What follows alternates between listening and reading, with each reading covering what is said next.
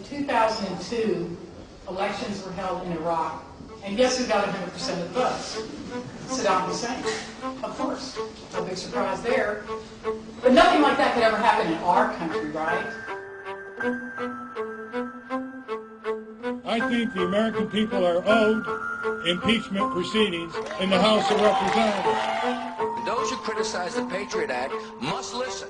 Year after year within this happy grove, our fellowship stands before a space. A world where you only have choice on the surface, but in reality, you're a complete and total slave on a global plantation. People need to understand this administration lied to the nation about 9/11. Terrorism must be looked at from all points of the globe, not just America.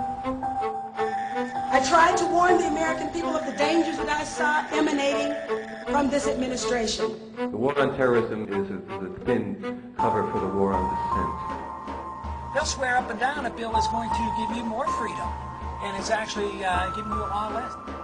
So to all the tyrants today and all the tyrants back in history and the tyrants to come in the future, you will be defeated. You have the spirits of evil working in the leaders and in the politicians and in the generals working with them. You have nothing but evil. You need to answer real questions instead of lying. You were both in Skull and Bones, the secret society. It's so secret we can't talk about it. What does that mean for America?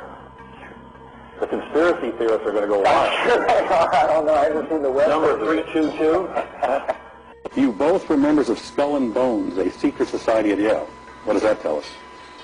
Not much, because it's a secret. Is there a secret handshake? Is there a secret code?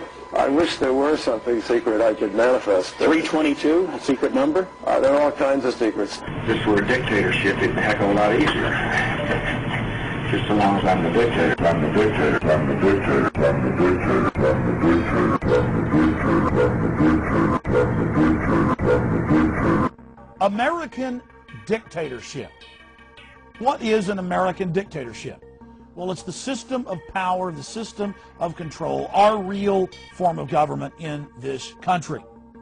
The American dictatorship is the powerful global corporations that own and control the military-industrial complex, giving you false choices so you think that you have a decision to make in the 2004 election. But either way, a blue blood from the East Coast wins.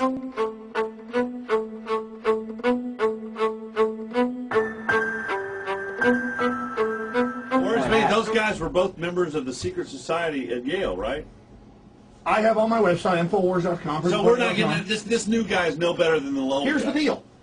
If you believe Reuters, they're third cousins. If you believe the Associated Press, they're ninth cousins. They're both ninth cousins to Hugh Hefner. They're members of the same secret society, only 15 members each year, which admittedly was set up in 1832 to overthrow the U.S. And we only have 800 living members of that organization, but you can count their members as 3 presidents, 8 CIA directors, many of the heads of the Fortune 500. And they work in concert together to bring you the unfolding police state, to bring you these criminal wars of aggression against sovereign, innocent nations. Bush, Kerry, and Hefner, odd cousins. Oh, you found it. News. Well, understand, anything I spew out is documented up one side down the other. I don't care how crazy it sounds. You're right, though. Check this out. Hugh Hefner was quoted as saying, "I would be delighted to invite President Bush and Senator Kerry for a family reunion." CBS News confirms that Bush, Kerry, and Hefner are cousins. It's very important to know that this film has been made in the course of the last 12 months. And time again on my own syndicated radio broadcast, and as we made this documentary, I said, look, it's going to be Kerry. Even when Dean was ahead of Kerry, I said it's going to be Kerry. Think of that. Out of 290 million Americans, we have 2 people from the most elite secret society in the United States, only 15 members tapped or chosen each year. And this is who we get for our presidential candidates. Out of 290 million, 2 people from the same organization that just chooses a couple people every year. It's absolutely incredible.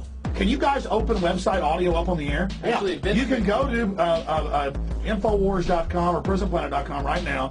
Scroll down, it says Skull and Bones, and you can play the clip of Bush on Meet the Press a few weeks ago saying, yeah, it's so secret I can't talk about it. Let me play this. Yeah. See if it works. Yeah. You were both in Skull and Bones, the secret society. It's so secret we can't talk about it. What does that mean for America? The conspiracy theorists are going to go I'm wild. sure they are. I don't know. I haven't seen the web. Number 322? First of all, he's not the nominee. And, look, I look forward... Are you prepared to lose? No, I'm not going to lose. Kind of skipped over it, didn't he? Well, he just said it's so secret I can't talk about it. Now go down. Under that... Oh, so he was serious? I thought he was kidding. Under that is Lord Kerry on Meet the Press about a month earlier. You both were members of Skull and Bones, a secret society at Yale. What does that tell us? Not much, because it's a secret. Is there a secret handshake? Is there a secret code? I wish there were something secret I could manifest. 322, a secret number? There are all kinds of secrets, Tim, but one thing is not a secret. I disagree with this president's direction that he's taking the country. We can do a better job, and I intend to do it. And he laughs, too. Wow. Do you know what's interesting about that clip? They both gave the same short answer and moved on to the next subject with a chuckle. With a little chuckle in between. No, I'm saying it's all staged. That's pretty weird. So we have these cousins who are members of the same secret society who have sworn an oath to each other above all other oaths. And they admit, even in the mainstream media, but laugh and say, oh, it's no big deal, that these so-called leaders engage in bizarre occultic rituals. And it's so weird that the general public has trouble even interfacing with it. There's kind of a cognitive dissonance that we don't want to believe it. We cannot ignore it. It's right out in the open. What about Skull and Bones?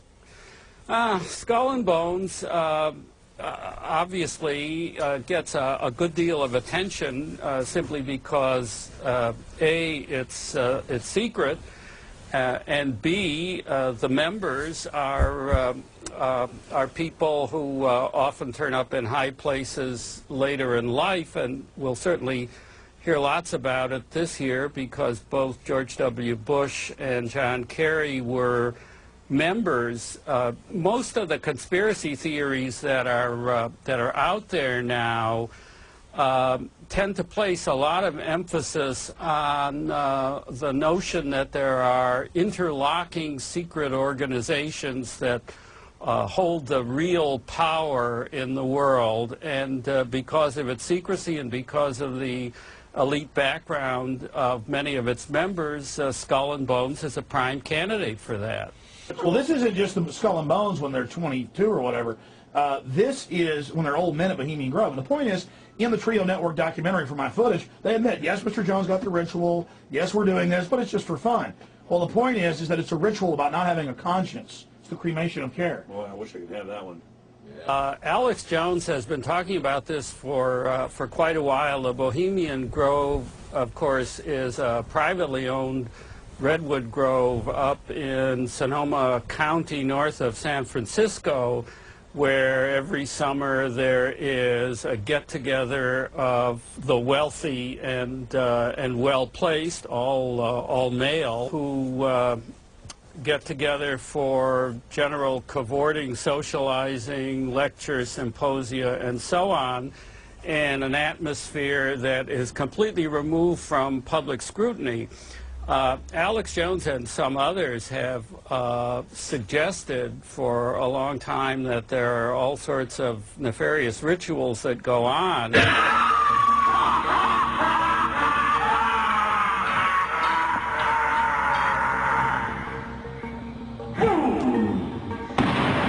I woke up one morning to learn that I have been attacked for an hour and a half on C-SPAN by Brian Lamb and some professor. And the professor gets up there and says, well, Mr. Jones claims he snuck into this place called Bohemian Grove, and Mr. Jones claims all these wild things.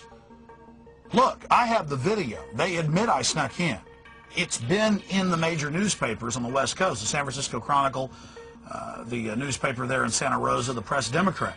And I snuck in, and here were our so-called Christian conservative leaders worshiping Moloch. Year after year within this happy grove, our fellowship bends thee for a space. Thy malevolence which would pursue us here has lost its power under these friendly trees.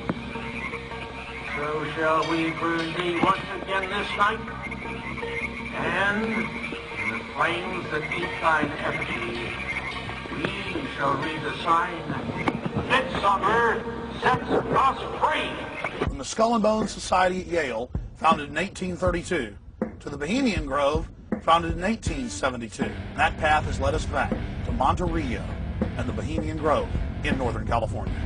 Here we are, my friends, 3 years later. There have been a lot of news articles and rumors about world leaders meeting and engaging in satanic rituals. Now, the news admitted the world leaders met here every year, going back at least 75 years, with presidents coming here going back over 100 years ago. But we wanted to try to put the rumors to rest, find out if it was true. We snuck in to the Bohemian Grove, and I was able to catch one of their many rituals on tape, the cremation of care.